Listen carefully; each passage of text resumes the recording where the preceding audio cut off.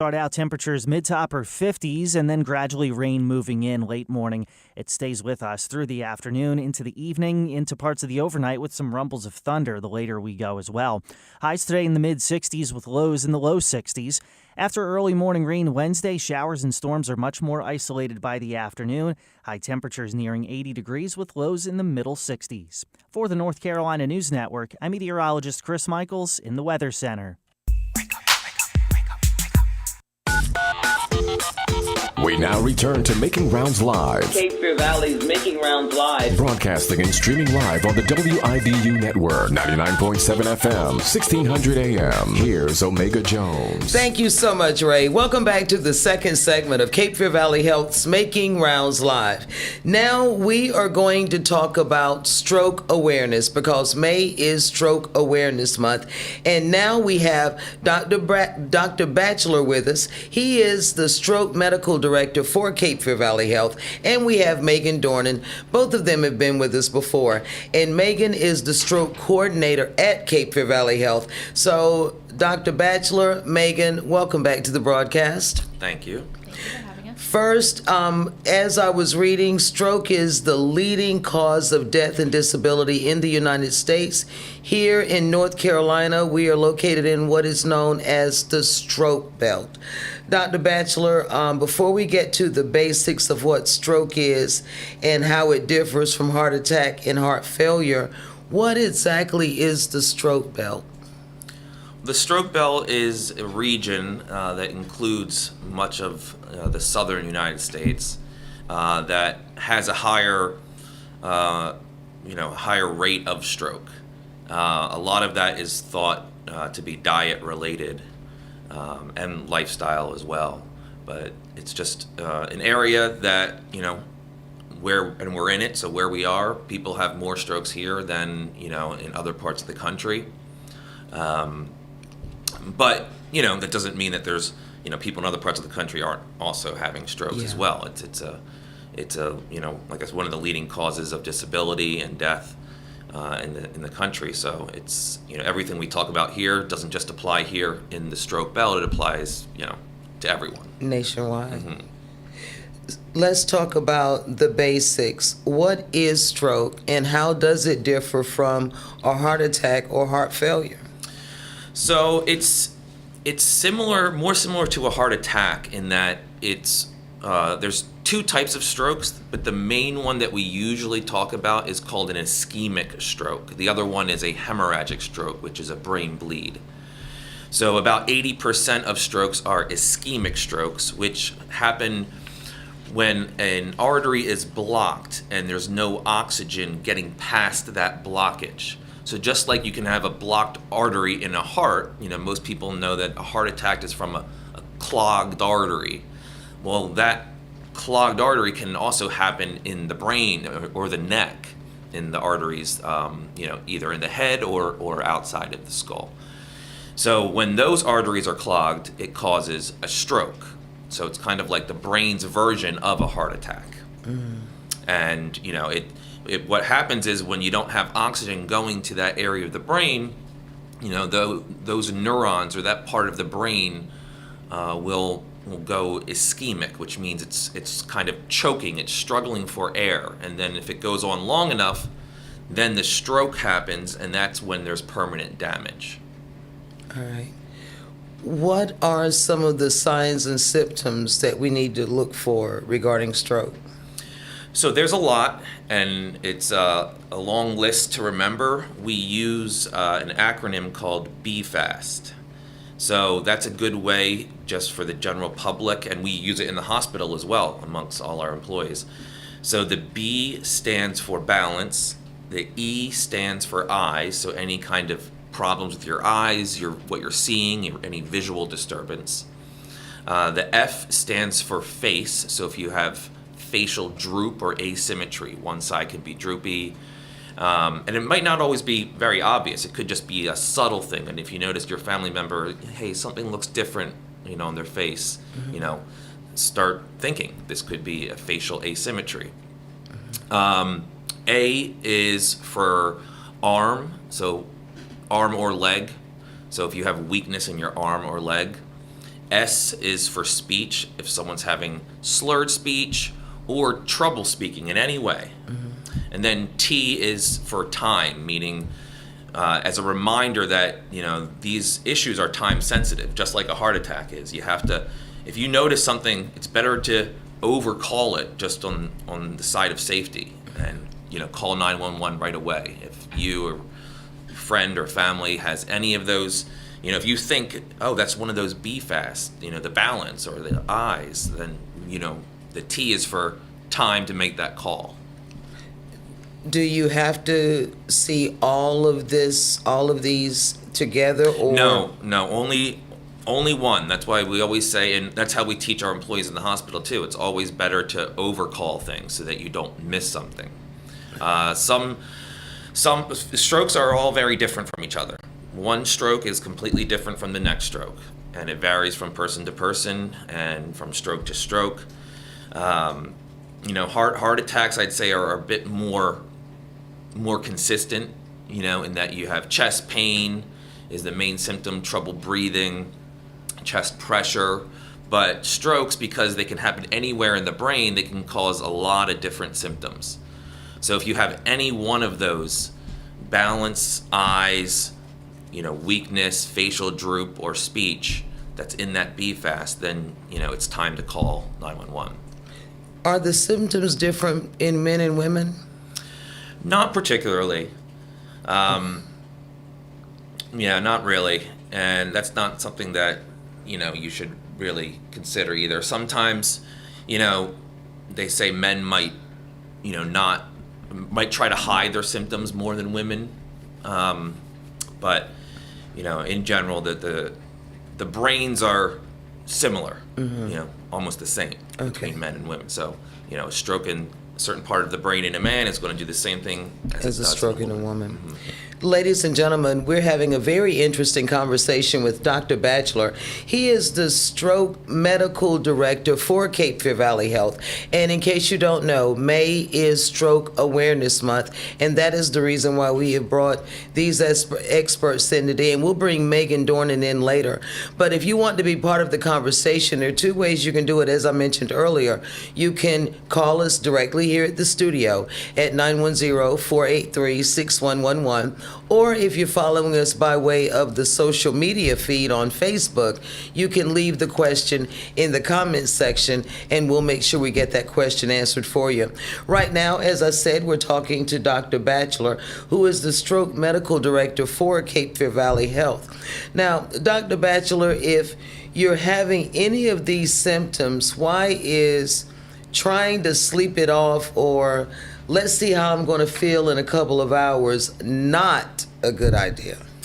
So yes, that's not a good idea. It's very important to make a call immediately because the treatments we have, which are limited, but we do, since the 90s, have two treatments now available. One's a drug that can dissolve a blood clot, and the other type of treatment is a way that certain types of special neurologists and neurosurgeons can use catheters to go up the artery and pull out the blood clot or open the artery up or dissolve it. So there's a drug and there's a procedure that we can do, but both are time sensitive, meaning the longer you wait, the less likely those interventions are going to be able to reverse what's going on or to prevent further damage. Okay. When you're having a stroke, every minute that brain's not getting oxygen, millions of neurons are dying. So there's a phrase we use: time is brain. So it's very time sensitive. The drug we use, we only give that if it's within 4.5 hours of when the symptoms start. The procedure we can do a bit longer of a time period, but that doesn't mean you should wait, because the earlier that you come in, even if you're going to get the drug and the procedure, well, the procedure does better the earlier that the person comes in. It makes it easier to save more of the brain. All right. we mentioned you mentioned that the symptoms of men and women, they're basically the same because of the brain. Yep. What about the risk? The risks are comparable between men and women. Women may have a slightly higher risk over their lifetime of having strokes for a couple of reasons that include pregnancy, hormonal changes like menopause, also just the fact that women tend to live longer than men, so they have more time to have a stroke. But overall, the rates are pretty comparable. All right. Dr. Batchelor, I read that women have a higher risk of stroke. What are there special things that women can do to lower that risk? Well, the same as what men can do, in the sense that you want to make sure you're reducing your what we call vascular risk factors. So if you have high blood pressure, high cholesterol, diabetes, or smoking history, you want to stop smoking, and you want to control your blood pressure, control your blood sugar, control your cholesterol, and depending on those risk factors that you have, you can also take some medications for what we call secondary prevention, which means it helps lower your risk of having an event in the future. So like a baby aspirin or statin medications or other cholesterol medications can help with that. But I'm not saying everyone should just go and start doing that. Wait, have that discussion with your primary doctor about, should I be taking any medications to reduce my risk of stroke? The Mediterranean diet, that's, if you Google Mediterranean diet, you'll see the food pyramid. That's the one diet that has been proven to help reduce, both heart attack and stroke. But yeah, I mean, in terms of women specifically, there's not much you can do about the hormonal changes and risks that might make women a little bit higher of a risk. Birth control pills can potentially increase your risk for stroke. So that's one thing to discuss, with whatever doctor that is prescribing, any kind of hormonal birth control. You just want to, I'm not saying people shouldn't be taking it. I'm just saying it's something that people need to be aware of, women need to be aware of, especially young women, to discuss with their doctor about the risks of going on birth control, because a lot of people don't think about those risks. No, you don't. You really and truly don't. Dr. Batchelor, the American Stroke Association had a very scary statement on their website. It says, stroke can happen to anyone at any age. Is this true? Yes. There's many reasons why people can have strokes. A long list. The basics are those vascular risk factors I said, and that's usually the ones that contribute to people having strokes at later part of their life, middle age to older. So that's the cholesterol, blood pressure, years and years of that kind of thing causing damage to the arteries. But there's other less common causes of stroke. Things like, for example, vasculitis, infections, inflammation in the brain, where sometimes the arteries can just close. They kind of have we call it vasospasm.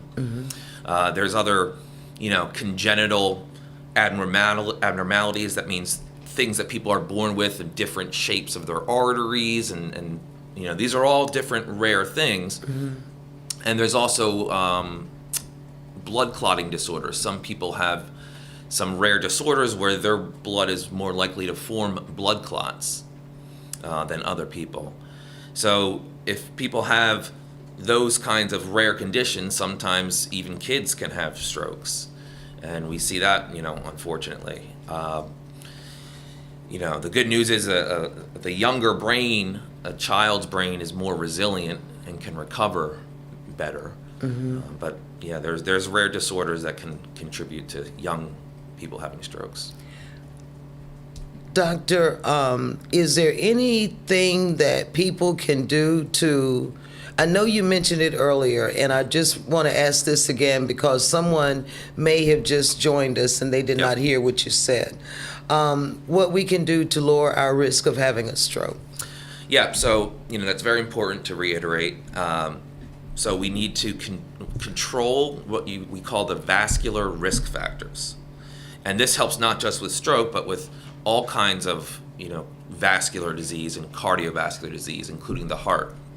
So that's the blood pressure, blood sugar, blood cholesterol levels, and smoking. So those 4 things are what we call modifiable risk factors. Mm-hmm. They're things that we can control and change that will, getting the best control of those helps reduce our risk of causing further damage to the arteries. Okay. Now, Dornan, we're going to bring you in, and Dr. Batchelor, I do have another question for you before we end the broadcast. But I will bring. Can I talk today, please? I want to bring Megan in now.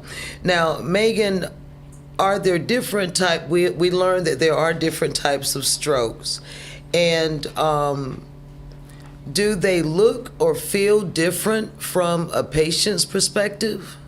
So there are 2 different types of strokes. There's ischemic and hemorrhagic strokes.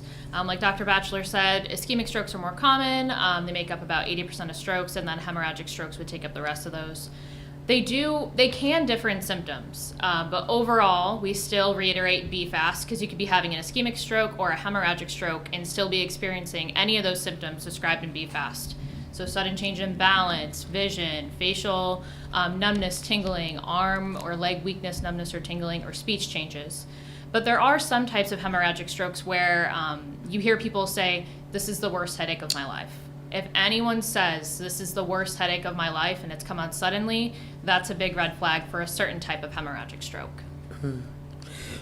Are there different types of hemorrhagic stroke? Yes, there are. So to keep it really simple, there is intracerebral hemorrhage, or there is a subarachnoid hemorrhage. So the intracerebral hemorrhage would be bleeding that's occurring within the brain tissue itself. And then the subarachnoid hemorrhage would be bleeding that's occurring between the brain tissue and the outer layer of the brain. And what are some of the most common causes of hemorrhagic stroke?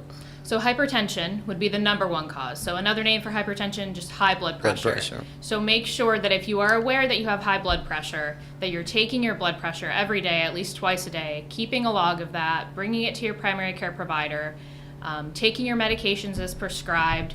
What they say that they want your blood pressure to be under is below 130/80. That's more of a safe range. Once you get into those higher numbers over time, that's going to be really hard on your vessels and put you at a higher risk for ischemic or hemorrhagic stroke.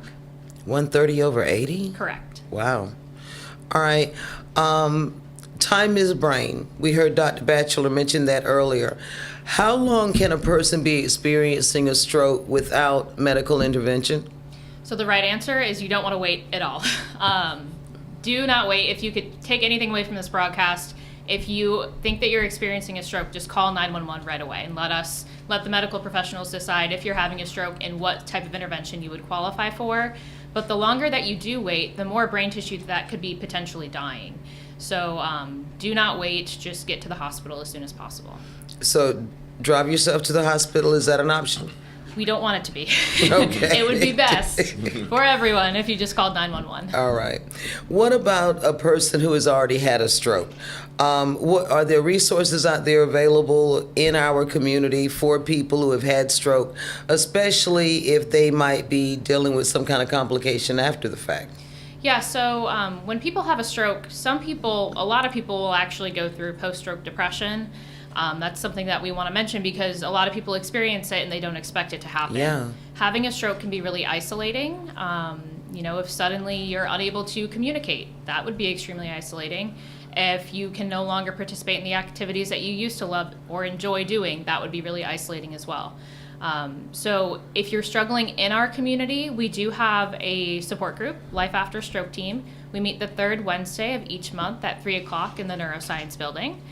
If you don't feel like you're ready to get up and leave the house, or you are lacking resources to do that at that time, you can also go on the American Stroke Association website and look up their support groups. They have multiple online options there. There's also specific support groups for those who are experiencing aphasia or difficulty speaking. And that I have found to be really helpful for those in our community who are experiencing that, because then they get to be in a group of other people who are experiencing aphasia as well. So they can find ways to communicate, work on that together through that group, and that seems to be really helpful as well. So the American Stroke Association has the online resources for you. Ladies and gentlemen, we're talking to Megan Dornan right now. Megan is the stroke coordinator for Cape Fear Valley Health, because as we mentioned, May is also Stroke Awareness Month. Now, Megan, is it true that you are at a higher risk? Are you at a higher risk for a stroke if you've already had a stroke? So unfortunately, the answer to that is yes. But don't lose hope, because after you've had a stroke, you're going to be connected with hopefully a primary care provider, some specialists. What's most important is to get your comorbidities that led to that stroke under control. And that's kind of your time to say, let's change lifestyle factors to prevent this next stroke from happening. So now you're more aware of your risk. So make sure you're going to those appointments, taking your medications as prescribed, getting all the follow-up that you need done to reduce your risk in the future. It's not always possible to reverse the damage that may have occurred to your blood vessels that led to the stroke. So it's really important to help slow or stop the future damage from occurring. All right. Who should we go see first if we are at risk of a stroke? If you believe that you're at risk, definitely schedule an appointment with your primary care provider. I know that there can be long waits to go and see them, so you can take action yourself while you wait for that appointment. Kind of take a survey of how you're doing. What does your health look like? Are you doing everything that you can to be as healthy as possible? If the answer to that is no, you can take charge of your own health while you wait for that appointment, and then when you see them, your primary care provider, discuss the things that you've been doing to change and see if that aligns with their plan as well. Let's talk stroke recovery. Medication, doing therapy, or both? When we talk stroke recovery, are we going to be talking about medication? Are we going to be doing therapy? Or are we going to be doing both? It's going to be both. So the medications, like I mentioned earlier, are blood thinners, antiplatelets. That includes like baby aspirin, a lot of people know about, or the statin medications. They're mainly not in terms of like recovering, they're to prevent the next stroke. Okay. In terms of recovery, that's kind of retraining the brain. That's the damaged brain can recover some function. Everyone's different. Some people almost completely recover. Some people only get a couple percent back. But to give yourself the best chance, or your family member the best chance if they've had a stroke, you want to have them see a therapist, and depending on what the symptoms are, there could be physical therapists, occupational therapists, speech and language therapists, or a combination of 2 or 3 of those. Okay. And then the earlier that you do therapy after a stroke, the more recovery is possible. The earlier and the more that you do it, it's just like exercising any other muscle almost. All right. Let's talk about smoking or vaping. How does that smoking or vaping increase someone's risk of stroke? So over time, it causes damage to the endothelium, the blood vessels, the walls, the inside walls of the blood vessels. So similar to what high blood pressure over time does, or high blood sugars or cholesterol. It's all about damage to the blood vessels, the arteries. And then over time, the damage can lead to blockages and can lead to clots forming. Ladies and gentlemen, we're in the middle of an interesting conversation with Megan Dornan and Dr. Batchelor from Cape Fear Valley Health. May is Stroke Awareness Month, and that's the reason why we're talking about this today. And one final question before I let both of you go. You've already mentioned that genetics could possibly play a part in this. Is there any genetic link with stroke if a patient has had stroke? And does that genetic link also increase a person's risk? Yes, so genetics do come into play when it comes to stroke, whether it's directly or indirectly. So say, your family members have high blood pressure, high cholesterol, AFib, anything like that. It's up to you to be aware of those risk factors that those in your family have and be self-aware and know if you're managing your health in order to prevent you from having those risk factors. Do you have anything to add, Dr. Bachelor? Yeah, certain families, of course, have a higher risk than other families, and it's about knowing your family history.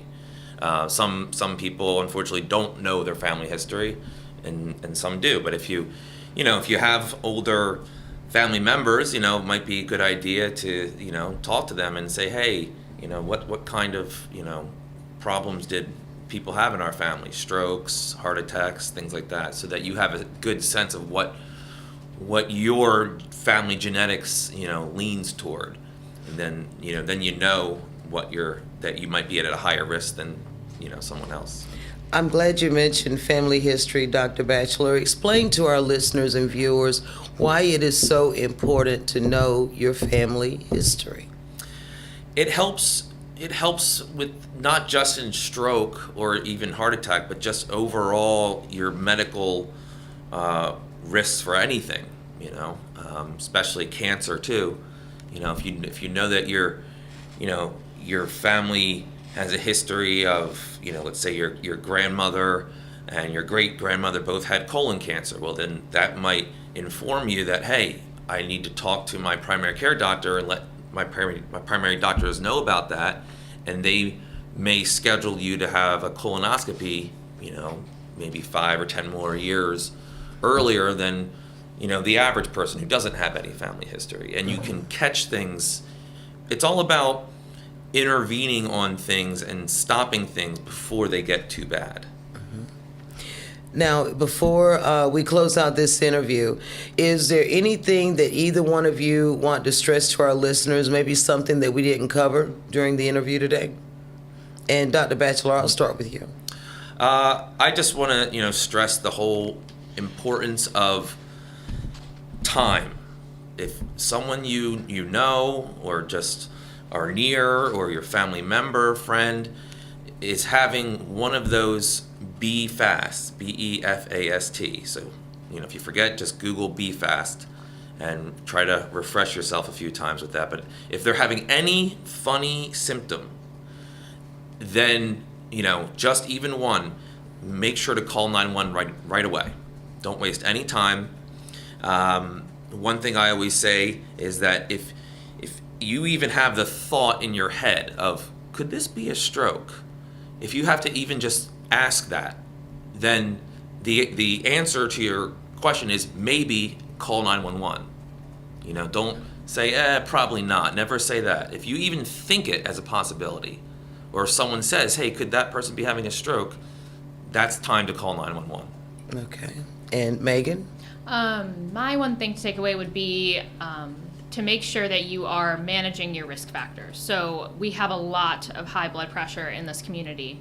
Making sure that you are keeping your blood pressure in check, being aware of what your numbers are, if they're getting any better, any worse, make sure that you're taking your medications as prescribed. If you run out of medications, that could cause an emergency. So make sure that you are getting those medications that you need to prevent something like a stroke or heart attack from happening.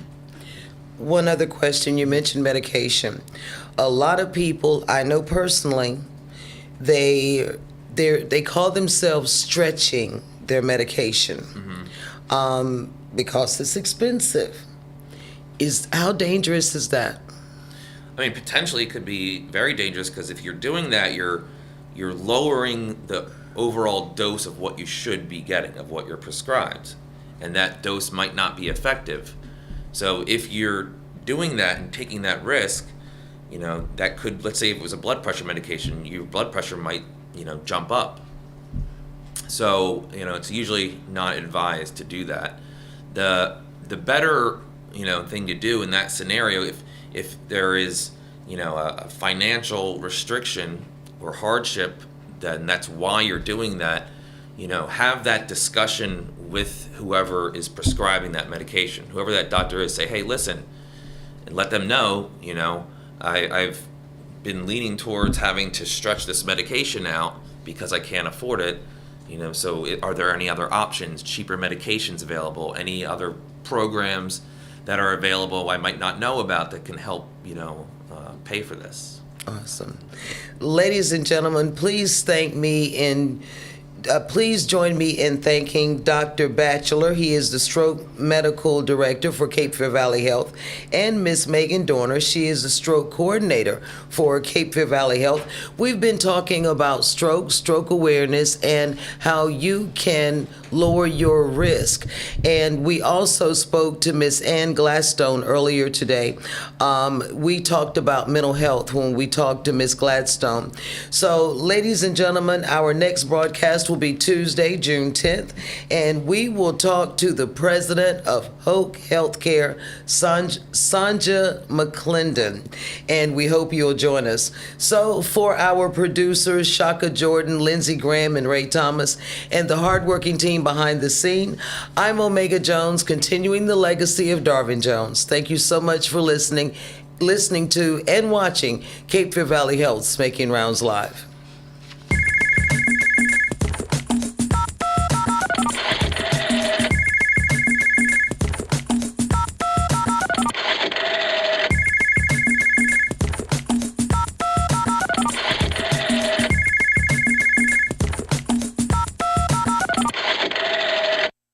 Your station for inspiration and information, 1600 AM.